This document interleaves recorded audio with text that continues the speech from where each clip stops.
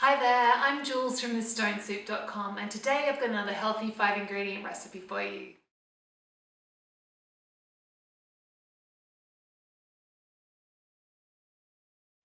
Okay, so I've got a frying pan on a high heat and I'm just going to blanch the broccoli, and I'm just going to use the frying pan because I want to save on washing up. So I just want about 1 centimetre, so a third of an inch, and that's water that's been boiling from the kettle. And I've just trimmed the stems of the broccolini and it's going to go in. So I'm just making enough for one person, so I've got one bunch of broccolini here, but if you're doing two, you do 2 people. And then I'm just going to pop a lid on, or you could put a tray, whatever. I'm just going to let that simmer away for 3 minutes. So it's still a bit crunchy, but just nice and bright and green. Oh, and I'm going to put some salt in the water as well.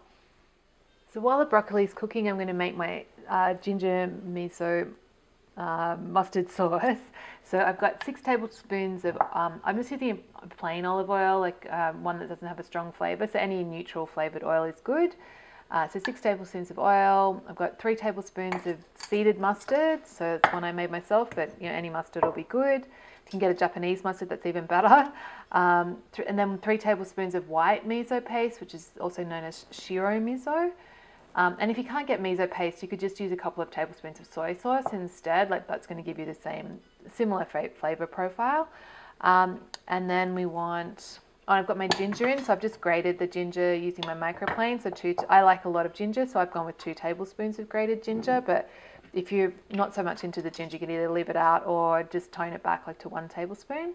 And then finally we just need 2 tablespoons of rice vinegar. And then I'm just going to blitz it with this stick blender. If you don't have a stick blender, you can just stir it or whisk it, but the stick blender makes it really easy and it emulsifies it really nicely. So great. So when it's all nice and creamy like that, you can have a little taste. Oh wow, it's amazing. Usually it doesn't need any salt because it's got so much salt in there from the miso. So then we can just wait for our broccolini and steak to be cooked. So broccolini has been simmering away for 3 minutes, and you can see it's beautifully bright green because I remembered to put my salt in. So I'm just going to take the lid off, and I'm just going to drain that, and then we'll cook our steaks. So for the steak, I'm going to get my pan back on a high heat. I've just wiped it out from the water, and then I've got a minute steak, so that's being cut like that from the butcher. So what I'm going to do is just, I'm going to just bash it out a little bit using my hand. So I like minute steaks really, really thin so that they cook like really quickly, and that helps to tenderize as well.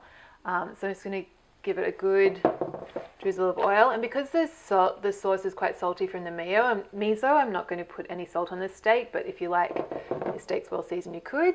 And then I'm just going to get it in the pan, and literally it's going to be a minute on each side. That's 1 minute on the first side for the steak, so we're going to turn, and you can see it's lovely and seared. Just give it another minute on the second side and then we're done. And I should have mentioned I'm only cooking 1 steak because that's all I had, but if you're cooking for more people, you'd use 2 or more steaks. So this is quite a modest serving of protein. And then to serve, I'm just going to put the steak on my plate, going to top it with the cooked broccolini and finish off with the sauce on top, and we're good to go. So if you enjoyed this recipe, really encourage you to come on over and visit my blog. It's thestonесoup.com, and if you sign up for email updates, you get a free ebook filled with video recipes just like this one.